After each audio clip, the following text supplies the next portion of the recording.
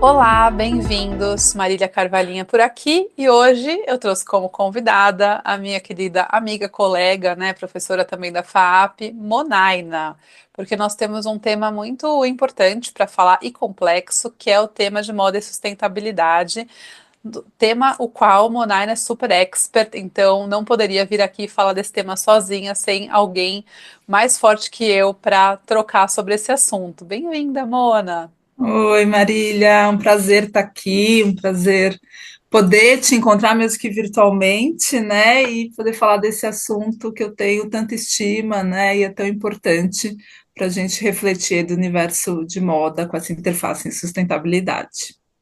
Obrigada novamente por topar essa troca. E contextualizando um pouco, né, nós estamos aí em meios aí da semana que tem o Fashion Revolution Day, que é sempre um dia legal da gente parar e trazer ali um conjunto de conteúdo sobre o tema. E acho que o assunto moda e sustentabilidade, ele vem tomando sempre novos contornos, né? Ele amadureceu muito nos últimos anos, até porque quando se falava em sustentabilidade, talvez 10 anos atrás, era muito mais uma ideia abstrata, talvez, do que práticas efetivas. Acho que existia uma certa, um início de uma consciência a respeito da importância da sustentabilidade na moda e do impacto que a moda gera, né, para o ambiente, para as pessoas de várias formas. E hoje em dia muita coisa já foi experimentada, já foi dita, já evoluiu, né? E você acha que hoje em dia, quando a gente fala de sustentabilidade, esse tema ainda é visto como algo extra na moda, como algo a mais, ou ele já é algo essencial? Eu acho que as pessoas sabem a importância da temática de sustentabilidade, mas eu acho que ainda muitas têm esse desafio em colocar a sustentabilidade de uma maneira prática, né, dentro dos seus negócios, suas empresas. E daí, só aproveitando o gancho aí que você falou do Fashion Revolution, queria explicar um pouquinho o que é o Fashion Boa, Revolution, né? perfeito, excelente. Eu sou embaixadora lá na FAAP, né, do Fashion Revolution. O Fashion Revolution é um movimento global que acontece em mais de 100 países.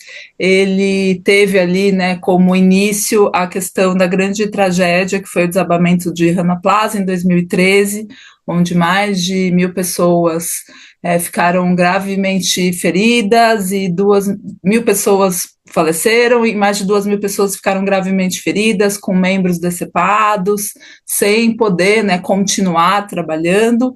E essas pessoas eram profissionais ligados ao desenvolvimento de costura, né, tanto homens quanto mulheres, e eles foram obrigados, né, a entrar nesse edifício que já estava quase em ruínas.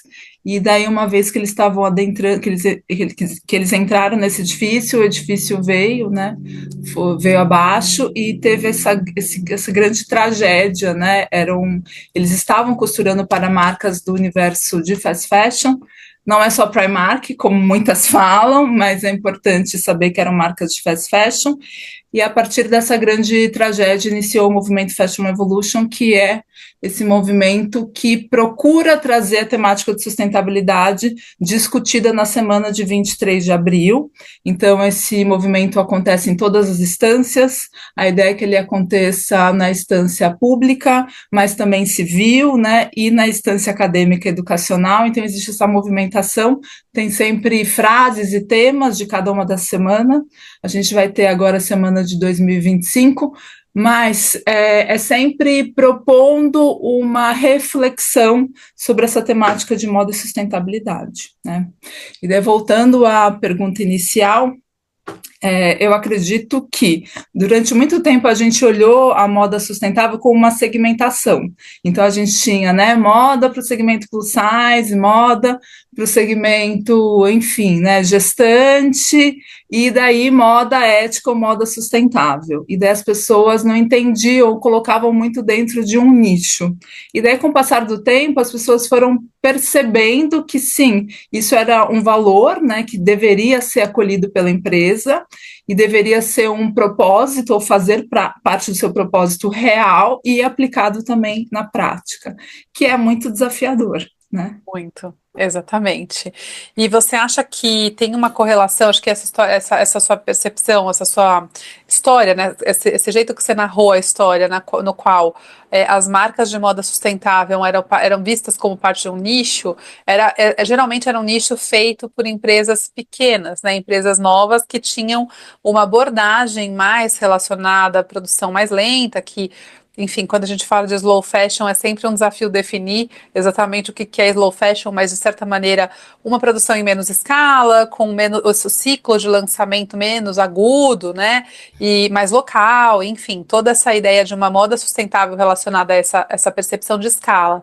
E por isso, existe uma percepção, não sei se verdadeira, essa discussão que eu queria te trazer, de que sustentabilidade é inversamente proporcional ao tamanho, ao porte da marca. Então, quanto maior é a marca, menos sustentável ela é, e quanto menor é a marca, mais sustentável ela é. Isso é uma percepção meio popular, assim, sabe? Como se fosse um senso comum. Você acha que essa percepção faz sentido?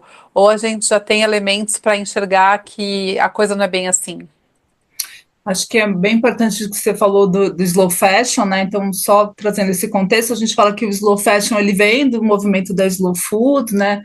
Tem como referência 1986, Carlos Petrini, e fala justamente dessa temática que você propôs. Então, estabelecer relações mais horizontais, né?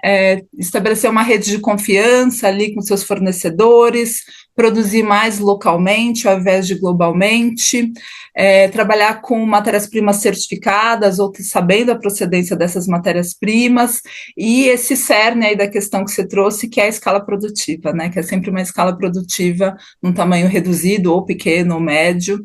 Então, tem ali esses insights, né?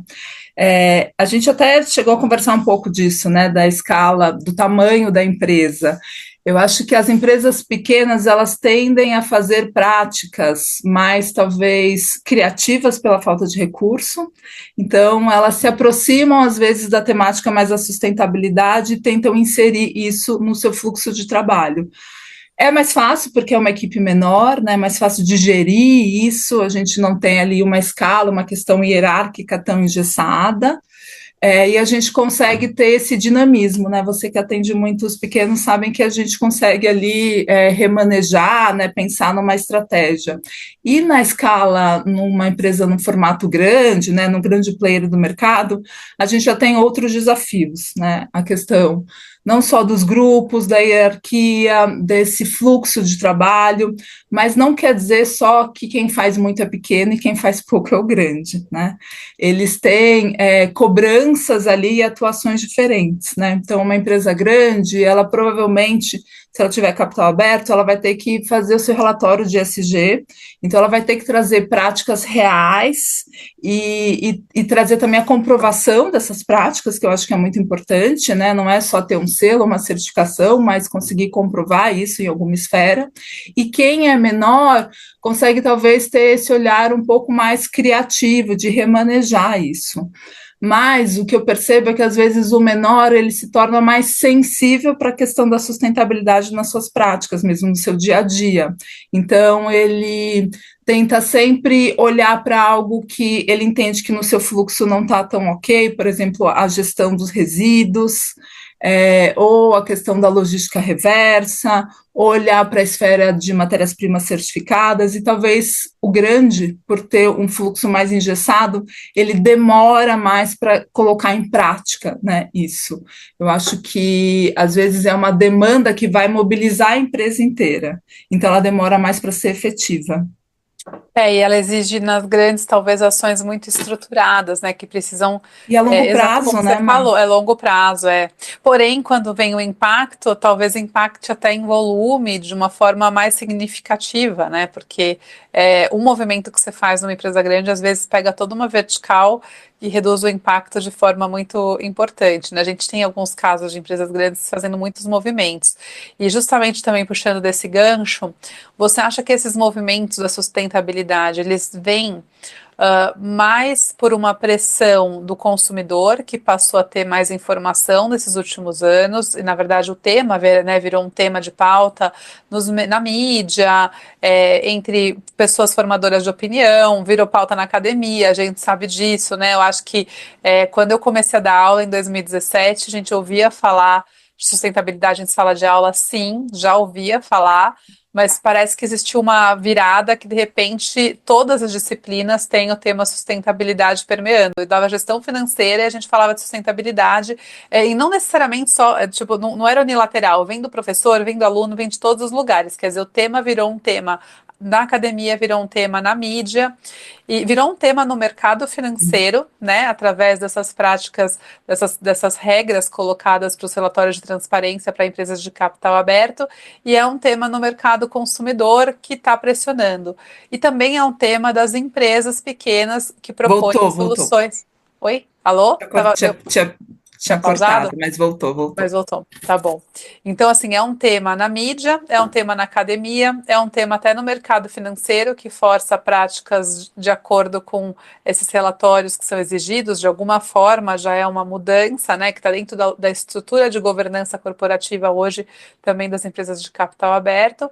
É um tema entre os consumidores, né, que pressionam, e é o tema também entre as pequenas empresas, né, que propõem, que muitas vezes nascem com esse propósito da sustentabilidade e que hoje em dia foi essa discussão que nós estamos fazendo, que nós fizemos na primeira pergunta, que é se esse propósito antes era local e ele acabou se diluindo entre quase que várias empresas.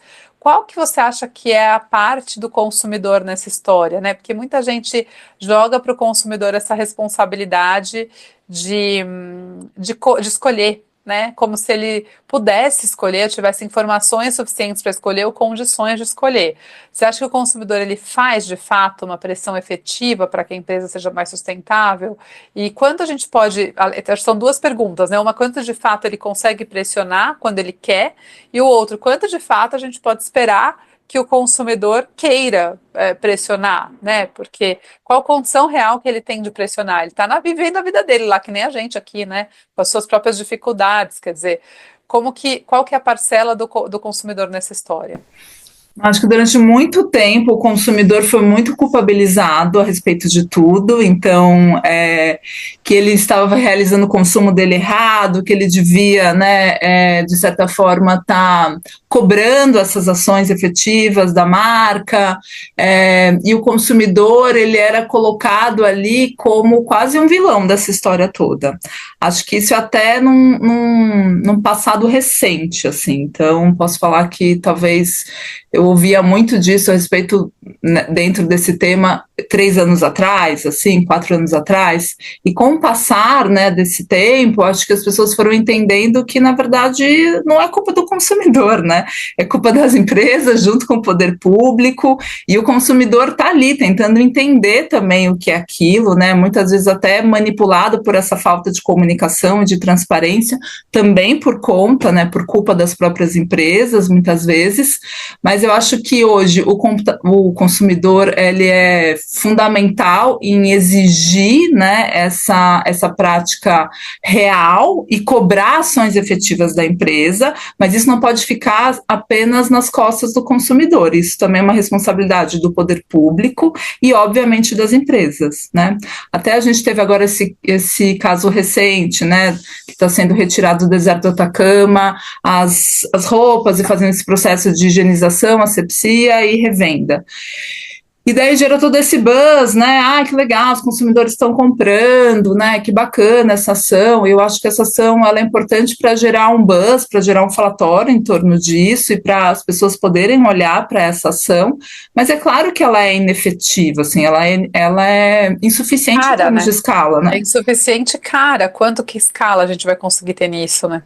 Nada, né? E Nada. assim, também acho que é um pouco de falta de transparência, porque teoricamente ele está pagando só o valor do frete, mas o frete vai incluir a separação Não, e disso, né? depois. Pessoa que vai recolher, que vai lavar, né? É por isso que o problema não foi resolvido até hoje, porque economicamente falando, ele não tem uma solução simples Não, e óbvia, né? não, não. Se eu reciclar peças, reaproveitar peças, nós não achamos ainda. Talvez a tecnologia evolua. Eu sempre tenho essa esperança, porque cada vez surgem novas tecnologias nesse caminho, mas ela ainda não chegou no ponto de tornar esse processo eficaz, né, e competitivo. As ações geralmente são subsidiadas de alguma forma, e o subsídio também ele vem quando existe um interesse naquele momento. Depois Financeiro, ele vai claro, embora.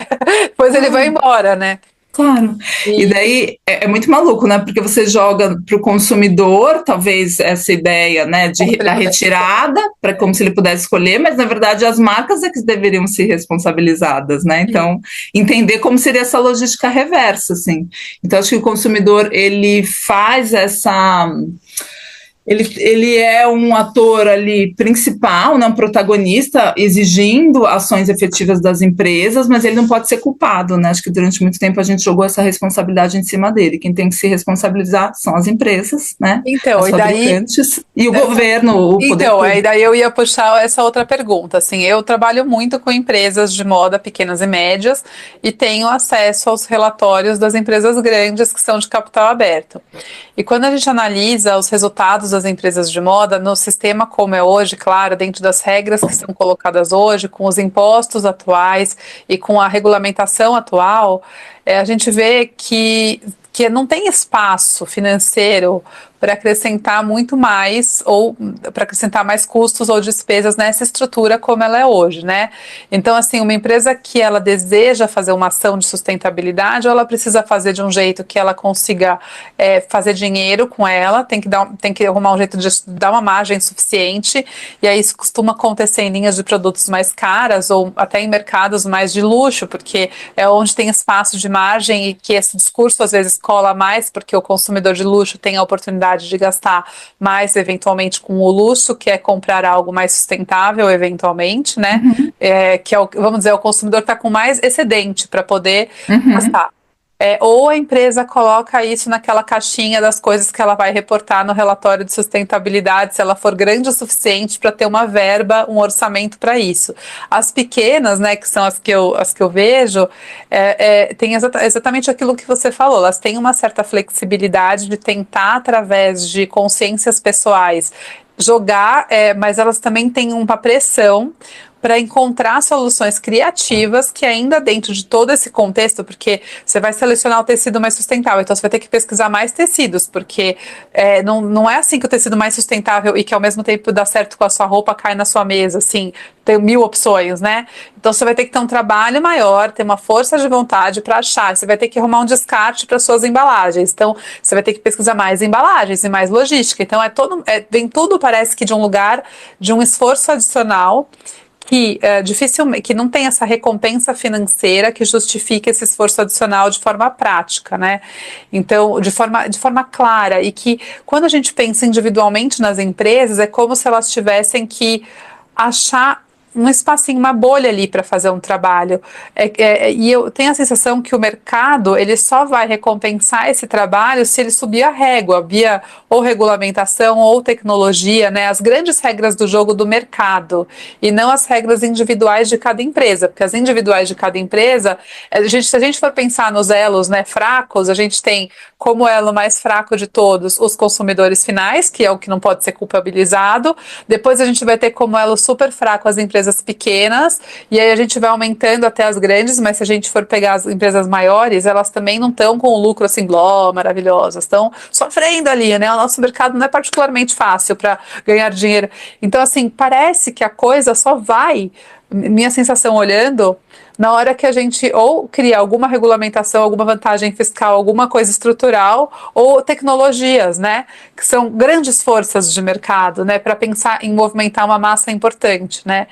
E aí, olhando todo esse cenário, o que você recomenda para aquelas pessoas que eu penso que são ou empresários pequenos, né, pequenos e médios, que têm mais controle sobre seu negócio, que têm menos níveis hierárquicos, que conseguem ali tomar uma decisão mais ampla, ou profissionais que às vezes trabalham nas grandes empresas, que quando a gente conversa com as pessoas mesmo, elas não são alienadas, né, com os agentes do mercado, né, pelo menos na minha experiência, você conversa com o empreendedor de moda, com o cara que é diretor de produto de uma marca, eles não são alienados, eles gostariam de emplacar caminhos de mais sustentabilidade, e eles sofrem ali uma resistência. Quais caminhos são possíveis que você enxerga nessa grande caldeirão com tantas variáveis para as marcas evoluírem um pouquinho, né, dentro desse cenário?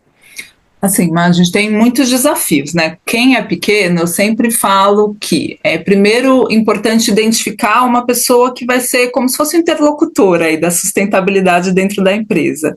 Então, pode ser um profissional que não necessariamente seja da área de desenvolvimento, né? Mas que ele se identifique, seja parte dos valores, né? Que ele compõe, né? Que ele tem esse propósito, porque ele que vai, de certa maneira, fazer essa ativação aí dentro da empresa. Daí a gente tem que sentar, né, com as equipes e estabelecer metas reais de, né, assim, curto prazo, médio e longo prazo, e claro, com ações efetivas também. Então a gente não basta escrever uma meta linda que até 2030 a gente só vai trabalhar com fibras naturais, certificadas, e a gente vai trabalhar da conta de toda a logística reversa, e isso ser uma meta muito, né, assim, Factível, né? Hoje, né? impossível, né? E daí acontece como grandes fast fashions colocam essas metas, né? Daí vai chegando perto da data ali, Muda. 2025, falando, não, agora é Não vai dar. 2035, Ih, não gente, vai dar. mudou. Dá 10 anos.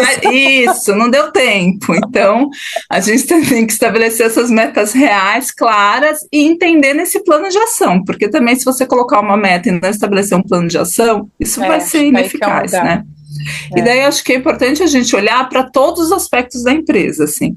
Eu sempre gosto de trabalhar numa esfera micro, assim. Então, hoje, o que, que a gente tem de excedente? O que, que a gente não está fazendo? Pode ser desde uma ação, sei lá, teve uma empresa que eu dei consultoria que eles não tinham nem, assim, um bebedouro. Eles usavam copo plástico ou Sim, individual, e daí isso, né? total, né? E assim, toda hora um descartável, qual era o volume. Então, foi uma primeira ação, a gente fazer uma conscientização com o grupo para trabalhar com canecas. Gente, é assim, muito pequeno isso? É, mas é o primeiro passo. Daí a gente E foi, você também tem uma educação dos com funcionários, né? Então, assim, certeza. você está fazendo um impacto na empresa, tem um impacto de depois leva para casa, né? Sim, com certeza. E isso parece pequeno, mas é uma mudança de um paradigma enorme no dia a dia, né? Sim, sim, sim. Não, eu fico pensando até quando eu faço análise financeira, eu mexo muito com gestão financeira, né? E eu gosto muito de mexer com gestão financeira porque eu brinco que quando a gente não tem tempo para ficar olhando todas as coisas separadamente, se você pegar uma DRE de um negócio bem abertinha, você vai ver tudo que está no negócio, você vê cada linha. Até recentemente estava fazendo uma análise e a gente viu que aumentou muito o percentual de gastos com embalagens numa marca específica de um cliente meu, com embalagens do varejo, que é uma embalagem cara, né? E aí, tipo, isso aparece lá. E aí eu fui tentar entender da onde estava vindo esse aumento. Se era um aumento porque aumentou o preço do custo unitário da embalagem, ou se teve talvez um aumento de gasto, de uso, mas a empresa não tinha mudado significativamente as vendas em quantidade de peças para ter um aumento por uso. Então, até esse tipo de investigação, assim, sabe? Às vezes eu brinco às vezes que a sustentabilidade ela não é inimiga da eficiência, ela é amiga da eficiência. Uma empresa mais eficiente, às vezes, só de tentar se tornar mais eficiente, ela também se torna mais sustentável, porque ela tem menos. Um dos caminhos que une muito a sustentabilidade com o lucro é a eficiência. Porque, teoricamente, se você desperdiçar menos recursos, você tem mais lucro, né? Então, esse é um caminho que eu acho que é o basal, o primeiro lugar para olhar, que é bem o que você falou, é o copo descartável, sabe? Só que é o copo descartável em todos os quesitos, é sobra de Isso tecido, mesmo. é sobra de caixa, Isso é mesmo. todas as sobrinhas, assim neste ponto é o ponto em que sustentabilidade e lucro andam totalmente abraçados, né, E Mona? daí a otimização dessa matéria-prima, né? Então, olhar Exato. lá no almoxarifado o que, que a gente tem, que a gente não está usando, ao invés de comprar tudo, né? A demanda da nova Sim, coleção, a gente poder usar o que a gente já tem, né? Até numa espécie de upcycling, na verdade, é uma quase um otimização, upcycling. né? ia ser Uhum. descartado eventualmente, né? E E daí, e para as outras instâncias, né, Má, exato. que são muitas. Então, né, a gente vai ter que olhar para a questão do envio e pensar também numa prática de um envio que seja eficiente, mas também que tenha menos emissão de gases de efeito estufa. Então, talvez um portador colaborativo, né, Bicicleta. bicicleta, estabelecer datas na semana, ao invés de você, né, liberar todos os dias os Sim. envios, você Nossa, isso é uma estabelecer. guerra, Mona. É Eu uma sei. guerra. Eu sei porque o consumidor ele acha que todo mundo é Mercado É Livre, dia né? de. Que Não, recebe e não em tô nem duas falando horas só com a logística externa, a logística interna, interna. porque a transferência de estoque entre lojas em marcas pequenas é quase diária, porque a marca é pequena, tá desesperada ali para ser feliz e vender um pouquinho mais, acaba de uma loja, a vendedora da outra loja pede, sabe assim, que a cliente quer, e aí todo dia, às vezes, é motoboy, 3 vezes por dia, Sim. passando o produto de uma loja para outra. Aí, às vezes, tem 2, 3 lojas, sabe? Não, e olha a Fazer. ineficiência disso, Horror. a geração de custo. Eu quero morrer. Eu já cansei de fazer procedimentos para dias de transferência e métodos, e como é difícil de pegar, porque a equipe de vendas está lá. Então, aí entra no processo também de conscientização, de discussão né, tipo, de comunicação com clientes, de mil coisas, né? Super. E até aquele processo que a gente está falando de educação, né, com o cliente, né? Tava na marca, teve uma venda que eu fiz, daí a pessoa queria que eu entregasse, era tipo no domingo, ela queria que eu entregasse no domingo de motoboy. Eu falei, não vou entregar. Não vou Não vai entregar só na rolar, segunda-feira. Ninguém vai precisar de um não item de vai cerâmica rolar. domingo. Não vai. Desculpa, não Sabe que vai. teve Você essa febre. segura. É, Né, tem essa febre, é um imediatismo que tem tudo a ver com o consumismo, né? Assim, sim, porque é a coisa claro. do prazer, da dopamina. Mas eu lembro que na pandemia teve um comportamento muito louco, que assim, tava todo mundo em casa na época da quarentena mais rígida e teve um aumento abrupto, tô falando sério, nos meus clientes, eu vi, tá, com meus olhos, um aumento abrupto de frete expresso, de Tá. solicitação por frete expresso. Como que isso também não é uma doença, né, da sociedade, assim, a Com gente buscar essa certeza. satisfação de prazer instantânea na venda, né, assim, aí o frete tem que ser na hora, né. Então, é realmente uma questão de conscientização. Eu lembro quando uma das grandes fast fashions começou a cobrar a sacola, que muita gente. Aí eu Foi um combati um papo com escândalo, né? um escândalo. E começou a cobrar meramente por uma questão de sustentabilidade. Se você ver o preço que ela cobrava a sacola, porque foi a primeira coisa que eu perguntei. Falei, não é possível que está cobrando sacola por questão de margem. Óbvio que não. Perguntei e tal, era centavos. Aí eu bati um papo com a caixa, falei, me conta, como que está sendo, né, a repercussão na loja? Ela falou que tem cliente que faz escândalos por causa de X centavos da sacola, né? Sim. Como que o tema é muito louco, né? E é de novo, sem querer culpabilizar o consumidor, mas como que o tema ele permeia, né? E as pessoas, eu digo todas as pessoas, consumidor, profissionais, porque também estava falando agora das vendedoras, né? E quando eu falo de eficiência, é óbvio que o dono da empresa quer eficiência. Ele está lutando por eficiência, ele tem uma briga Uhum. cultural dentro da empresa, porque as pessoas querem velocidade. Às vezes, velocidade é inimigo da eficiência, porque eficiência é fazer a mesma coisa com menos recursos. A velocidade pode atender um outro objetivo, mas não é o do menos recurso necessariamente, né? Como que é uma briga cultural e que aí várias camadas se sobrepõem, como é difícil a gente, quando a gente quase com um processo mesmo de permear essa cultura em todas as pontas, inclusive no consumidor, para você conseguir ter a aceitação das políticas que você faz, que são em prol de sustentabilidade, né? E daí, acho que até pegando esse gancho também, mas a gente pode fazer aquele checklistzinho, assim, dos itens, né, que a gente tem que Boa. prestar atenção. Então, assim, sempre ter essa visão 360, né? Claro, desse exemplo, né? A gente falou do copo descartável, mas é o início, é muito além disso, né? Então, olhar Sim. esse copo descartável em todas as instâncias, e daí, no caso da matéria-prima, né? Entender se a matéria-prima vai ser nacional, se é uma matéria-prima importada, se é uma matéria-prima com certificação ou não, e o impacto disso que isso vai ter também na formação de preço, né, Má? Porque a gente sabe que é Sim. uma matéria-prima certificada, ela obviamente chega a ser 3, 4 vezes, né, mais cara dependendo da matéria-prima convencional, e também depende do tipo de certificação. E lembrando que selos e certificações também são falhos, então não quer Sim. dizer que a gente tem uma certificação, que a gente está imune a isso, a gente também tem que acompanhar essa certificação, questionar a origem dessa certificação, etc. A gente já teve grandes escândalos, né, relacionados à certificação, a FSC, que é uma certificação enorme, que é a procedência da madeira, né, se não foi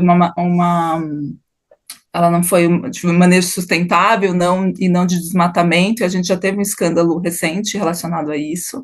Então, a questão da certificação é fundamental, da olhar a todo o histórico do nosso capital humano envolvido na confecção dessas peças. Sim. Então, se tem o selo ABVTEX, ou se as costureiras têm, por exemplo, emitem uma nota, né, que seja no sistema No meio, PJ-MEI, né, né? então, se existe alguma formalização, isso é bem importante também, porque vai garantir aí uma aposentadoria, né, uma organização para o futuro dessa costureira. Daí a gente vai olhar para o processo de envio, de logística, como é isso, se é interno, se é através, né, desse portador compartilhado ou não, de que forma a gente pode reduzir isso. Se existem outras certificações nesse meio do caminho, né, por exemplo, Sistema B, ou selo Eu Reciclo, né, ou tantas outras certificações que são importantes, tipo a Ecotex. E daí a gente pode pensar no processo de logística reversa, se a empresa tem algum processo de logística reversa e algum processo de reciclagem têxtil, né, desse excedente do corte, tanto pré-consumo quanto pós-consumo, e também olhar, que é algo fundamental, se a gente coloca em prática algum design para circularidade. Então, dentro do meu processo produtivo, eu trabalho com modelagem zero waste, eu trabalho com upcycling, eu trabalho com um universo que a gente chama dessa roupa modular, né? Eu olho para uma moda mais inclusiva, eu tenho tipos de serviços, e não só focados no produto, mas, por exemplo, um serviço que possa oferecer uma ideia de experiência, por exemplo, uma biblioteca de roupas, isso é um outro ponto bem importante, e se minha marca tem algum trabalho socioeducativo, social, né, se ela tem essa interface, e se ela também consegue comunicar de uma maneira transparente, né? Então, essa transparência, ela tem que se dar no site institucional da marca, né, ou através desses relatórios de transparência que a marca deve desenvolver semestralmente, anualmente, falando balanço sobre todos esses aspectos, né? Então, porcentagem de fibras nacionais importadas, o que é produzido aqui, o que veio de importação, certificações, etc, etc. Ai, Monara, como é que eu vou dar conta de tudo? Estabelece um ponto de partida aqui. Então, vou falar de matéria-prima, talvez matéria-prima que as pessoas mais enfocam, né? Assim, eu quero trabalhar com a matéria-prima certificada. Tá, que matéria-prima certificada você dá conta? Você não vai dar conta de trabalhar 100% da sua Sim, coleção. sim. Então, vamos estipular aqui, né, Quantos dentro por do cento, nosso, qual linha de quantos por produto? cento, qual linha de E aí eu produto. acho importante, assim, aí entra uma fronteira tênue, que é a do greenwashing, né, assim, de falar, putz, mas não é tão relevante, mas existe um outro lado que, assim, é importante também comunicar, né, Mona, porque, sim, uma parte dos consumidores dá valor, não é uma parte, se a gente for para o mercado mais popular, obviamente, quando o poder aquisitivo da pessoa é mais baixo, ela tem menos condições de pagar por esse diferencial, mas quanto maior é o posicionamento da marca, mais eventualmente vai ser valorizada uma ação nesse sentido. Então é importante comunicar, né? Às vezes a pessoa vai lá e faz um trabalho, tem uma linha de produto que está trabalhando com matéria-prima certificada, o consumidor não tem a menor ideia do que é isso eventualmente. Então, faz um tag, faz uma comunicação, quando for fazer o Sim, shooting, cria uma campanha com um contexto, né? E eu acho que também associar sempre ações sociais, né? Quando você faz uma coisa, conta uma história, faz uma coisa 360 graus, faz e depois conta, né? Porque não é só para contar, mas é porque claro. quando a gente pensa 360 graus, a gente consegue contar essa história também. E ela é genuína. E às vezes eu até vejo, sabe, gente que tem uma história genuína para contar e não conta. Então aí falha, porque você perde a oportunidade de se apropriar do valor que você gerou adicional. Você está criando um valor adicional para a sociedade e você não se apropria. E aí que fica a inviabilidade financeira às vezes, né? Então esse encontro, a gente, quando você falou de precificação, acho legal falar isso, né? O preço não é o que a gente quer pôr para vender, é o que o cliente está disposto a pagar. Se a gente não mostrar o valor, como que o cliente vai estar disposto a pagar, né? Sim, com certeza. E eu acho que você falou uma coisa que é muito importante também, que é fazer e depois Fazer, de comunicar, né? verdade. Porque às vezes a marca sai comunicando sem ter Isso. feito, Não, daí por é o isso que eu falei da greenwash. fronteira tênue com o greenwashing, porque É muito difícil essa discussão, né?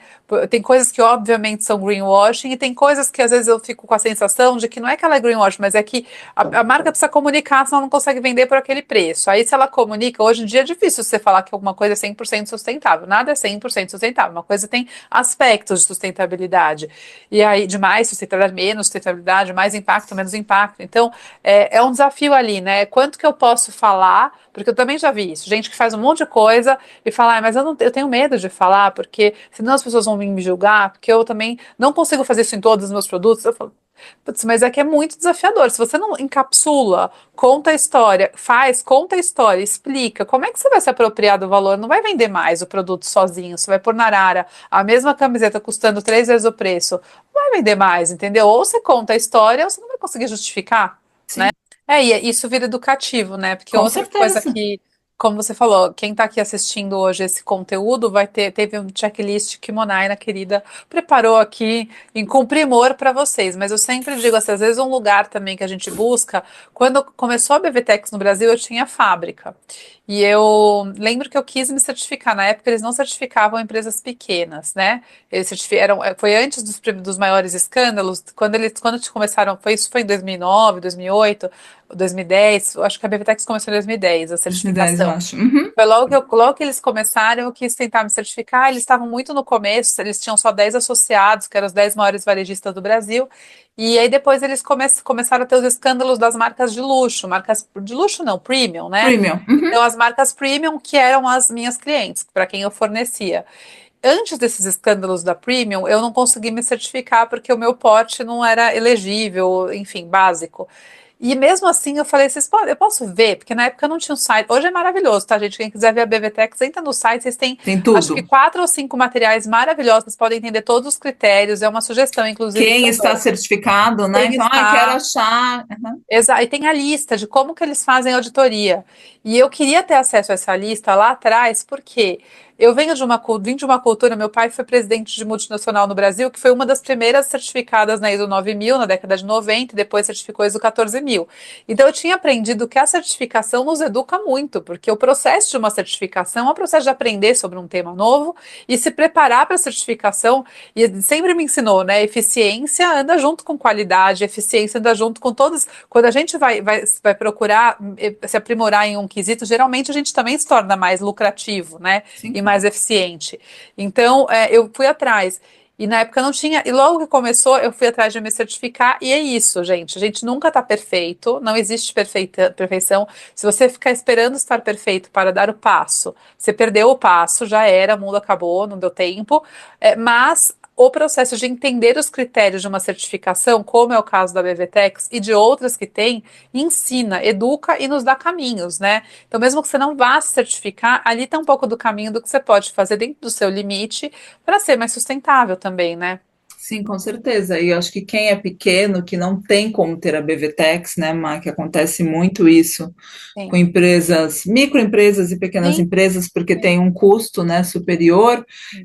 Eu sempre falo que é estabelecer também um pouco esse controle ali dentro desse universo de prestadores de serviço. Então, Conhecer assim, seu terceirizado, conhecer, ir lá visitar, ver visitar, as fazer, condições, ver se a conversar. instalação elétrica tá boa. Eu gosto de tirar foto, estabelecer um Sim, relatório, né? Não foto das pessoas, mas óbvio, foto do sim. local, porque isso Da também mostra iluminação, porque isso os também. postos de trabalho, a organização do local, né? Como é o fluxo, porque isso mostra o interesse que você tem, né?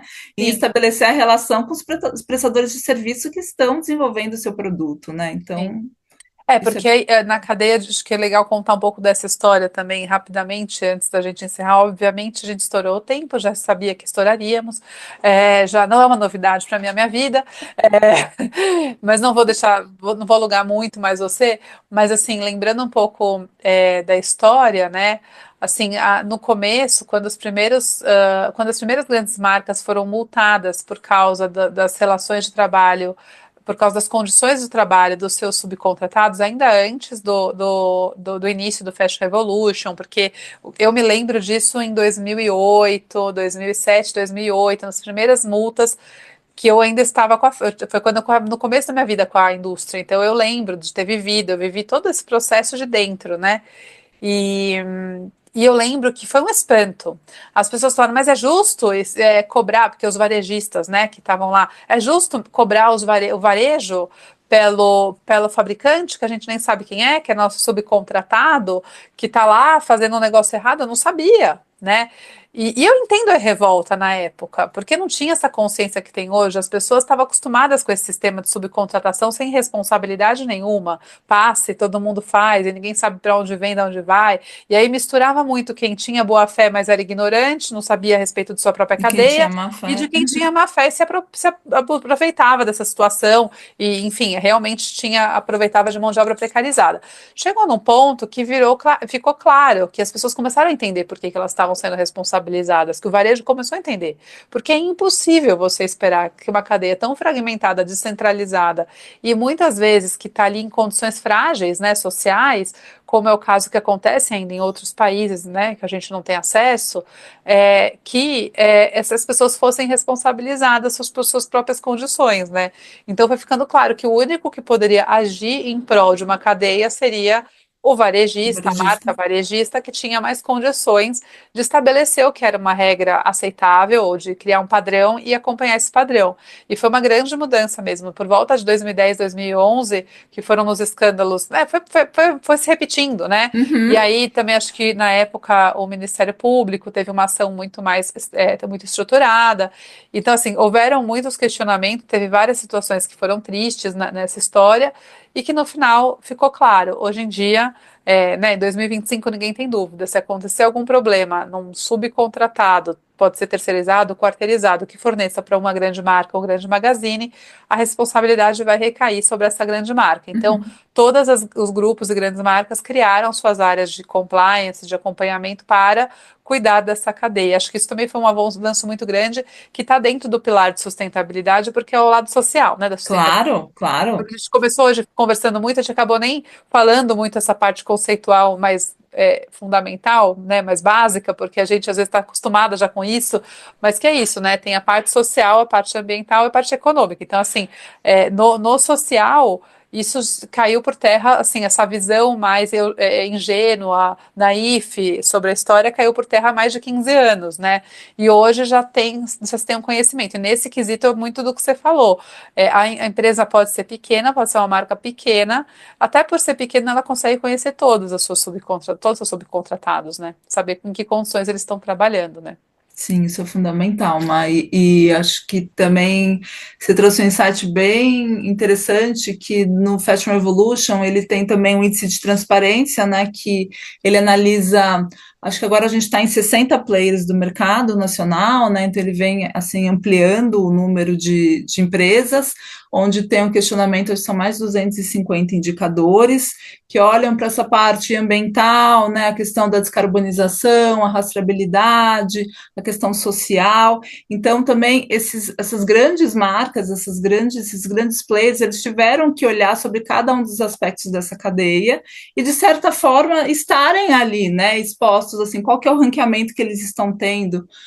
Não quer dizer que são marcas que tiveram posições melhores nesse ranking, que são marcas mais sustentáveis, mas são marcas mais transparentes, elas deixam de maneira mais clara esses indicadores, né? Então, isso é bem importante porque a gente fala que a transparência é o passo número um para alcançar a sustentabilidade, né? Tá. Então, acho Medir, que em primeiro lugar, medir. Se você consegue medir, você já está melhorando. E para provar que você mede, você tem que mostrar. E aí a gente vem com a transparência. Eu brinco que a primeira transparência é com a gente mesmo. com Eu sempre certeza. faço essa brincadeira.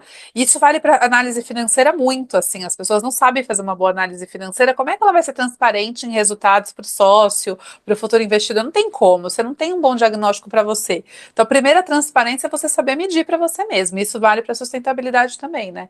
E aí, você mostrando, você consegue fazer a transparência. E aí, o que você mede, você tem chance de melhorar. O que você não mede, você não tem nem referência. Como é que você vai melhorar? E é muito legal que o último índice de 2024 eles fizeram justamente esse levantamento, acho que desde 2018 a 2023, e foram fazendo esse comparativo, né? E O quanto as evoluiu. marcas, isso, foram evoluindo, o número maior de marcas, a pontuação de cada uma delas. E também quando a gente deixa, né, esse documento público, a gente tem uma movimentação interna das marcas, né? Então, É assim, muito agora eu vou criar grande. um núcleo aqui para conseguir ter uma certificação ou para conseguir, por exemplo, tirar uma certificação importante que é do sistema B. Agora eu vou fazer uma movimentação para conseguir ter uma pontuação. Então, isso também, né? É uma Sem dúvida. movimentação que vem do externo, mas acaba mobilizando internamente. Então, é também fundamental, né? Acho que hoje em dia não dá para a gente ser ingênuo de achar que o que não reflete no número do resultado ou na percepção de valor dos investidores vai ter apoio, né?